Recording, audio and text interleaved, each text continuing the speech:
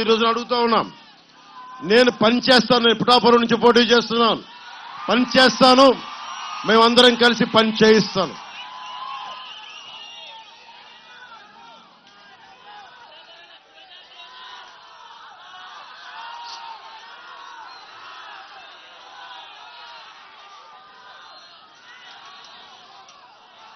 ముఖ్యంగా సిబ్బంది కొరతతోటి మీరు అడిగారు కదా, జగన్కి మీరు చాలా మంది ఓటేసి ఉండొచ్చు పోయినసారి. మెగా డిఎస్ నువ్వు చొక్కా దించుకున్నాను, నువ్వు షారుఖ్ ఖాన్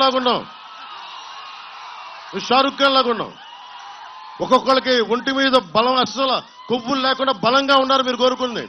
ఏం కావాలి నీకు? ఉపాధి అవకాశాలు కావాలి, విద్యా అవకాశాలు కావాలి, ఏం కావాలి నీకు? మీ అందరికీ ఉపాధి అవకాశాలు కావాలి. ఉపాధి అవకాశాలు ఎలా వస్తాయి? మద్యం అమ్మేవాడు ఉపాధి అవకాశాలు ఇవ్వగలడా? గంజాయి అమ్మేవాడు ఉపాధి అవకాశాలు ఇవ్వగలడా? ఎవడు ఇవ్వగలడు ఉపాధి అవకాశాలు? బాధ్యతగా ఉండే ప్రజాప్రతినిధుల కూటమే మనకి బాధ్యతగా మీకు ఉపాధి అవకాశాలు అందించగలదు.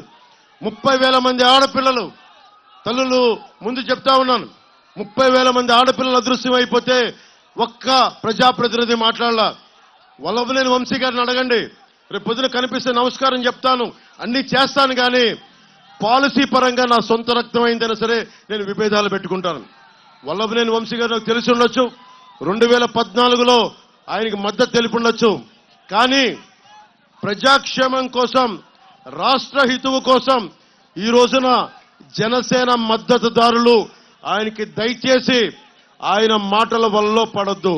ఆయన డబ్బులు ప్రలోభాలు పెడతారు, దానికి పడకండి. 2,000 రూపాయలకి దయచేసి మనం లొంగిపోతే మీ బంగారు భవిష్యత్తుని మీరే పాడు చేసుకున్న వాళ్ళు అవుతారు.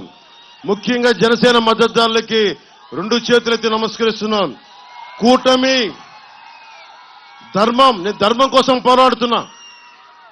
ధర్మందే గెలుపు, ధర్మందే విజయం, పొత్తుదే గెలుపు, కూటమిదే పీఠం. రాగానే మెగా డిఎస్సిని మనకి నోటిఫికేషన్ విడుదల చేస్తాం.